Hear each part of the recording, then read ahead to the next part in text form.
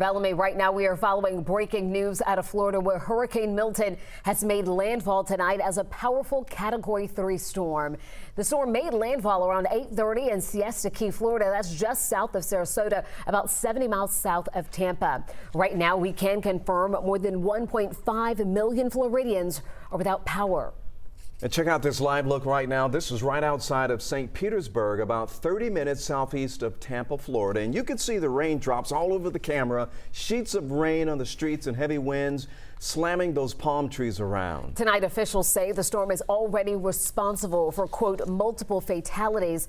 Let's get you straight over to our chief meteorologist, Chris Holcomb, who is tracking the storm and what we're seeing of it right now. And you mentioned the landfall at 8:30 tonight. It has been inland since then, and even though it's been over land, it is still maintaining Category 2 status.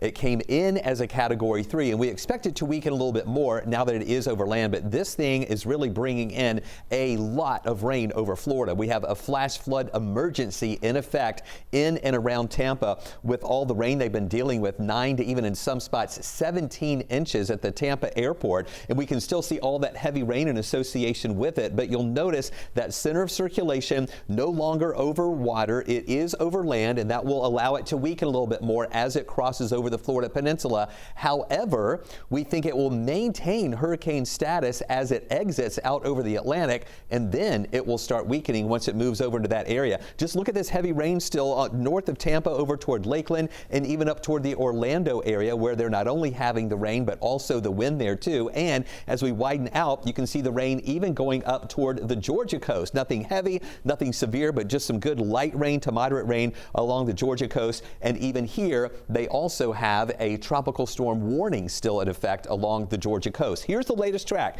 Cat 2, it'll be a Category 1 when it goes out over the Atlantic. That's tomorrow morning. So this thing's going to be clearing Florida during the overnight hours and then continuing out to see where it will then weaken, and things will improve for Florida as well as for the Georgia coast. Stay with us. We'll take a closer look at some of those rainfall amounts and what happens with our temperatures as we see our week move along. All right, Chris, we'll see you in a couple minutes, sir. New video tonight showing tornadoes ripping through neighborhoods across Florida. And just hours ago, Florida Governor Ron DeSantis confirmed at least 19 tornadoes touched down as Hurricane Milton approached the coast. 11 Alive's Cody Alcorn is live tonight from the Atlanta Motor Speedway in Henry County, where campgrounds are open to storm evacuees.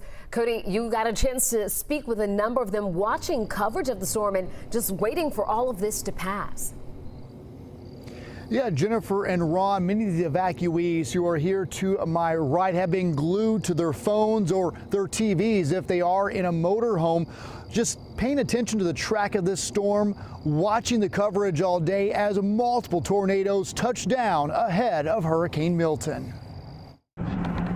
The National Weather Service issuing more than 150 tornado warnings across southern Florida on Wednesday. Quickly secure your home or business and safely evacuate the area. Those choosing to stay behind found themselves in a tornado outbreak. Several of the monster twisters caught on camera, leaving a trail of destruction hours before Hurricane Milton made landfall near Siesta Key.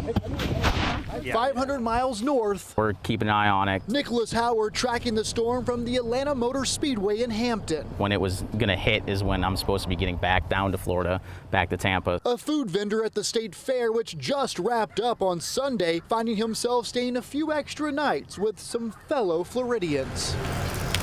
We're going to stay until we know there's power, water, and the roads are good down there. At daybreak, of course, we'll see how southern Florida fared against Hurricane Milton and when these folks can get back on I-75 and head home. Live in Hampton, Cody Alcorn, 11 Alive News. All right, Cody, thank you. And tonight, Hurricane Milton is impacting air travel. This is a live look at Hartsfield-Jackson International Airport here in Atlanta, where more than 140 flights have been canceled today, with the majority of them to or from Orlando, Tampa, Sarasota, and Fort Myers. More than 2,000 flights across the nation have already been canceled for tomorrow, as all major Central Florida airports and theme parks are closed. You know, we just saw this at the Atlanta Motor Speedway tonight. Countless Hurricane Milton evacuees hunkering down, trying to ride out the storm here in Metro Atlanta. 11 Alive's Joe Ripley joins us live now in Atlanta near the Amtrak station in Midtown. And Joe, evacuees are now seeking shelter. shelter as some parts of Atlanta are still recovering from Hurricane Helene.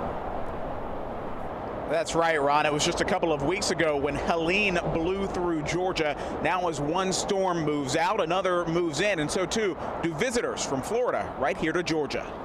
This gives you a different level of respect for Mother Nature. We can't beat her. Terry Lackritz and Christopher James co-own the Odd Couple roofing specialists. They've seen and repaired the damage done by Hurricane Helene. These storms are deadly. They can be catastrophic.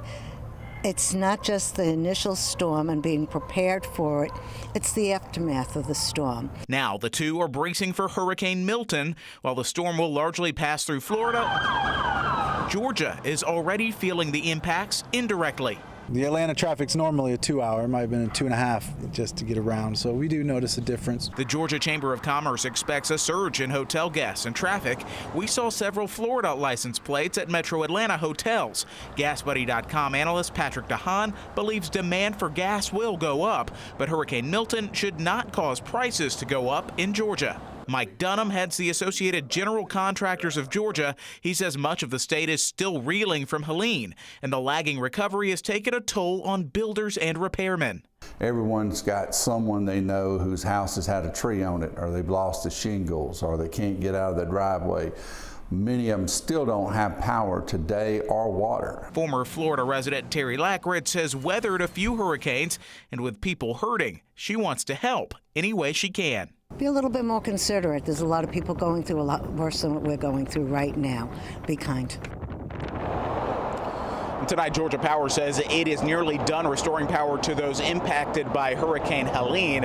It says they are now monitoring Milton and prepared to move crews to southeast Georgia, where Milton is expected to make a big impact there. We're live tonight in Atlanta. Joe Ripley, 11 Alive News. Joe, thank you. And we know many of you have family, friends, or property down in Florida. To watch live 24/7 hurricane coverage, download our 11 Alive Plus streaming app. There you'll find that live coverage from our sister station down in Tampa. 11 Alive Plus is free to download on your Roku, Amazon Fire, or Apple TV device.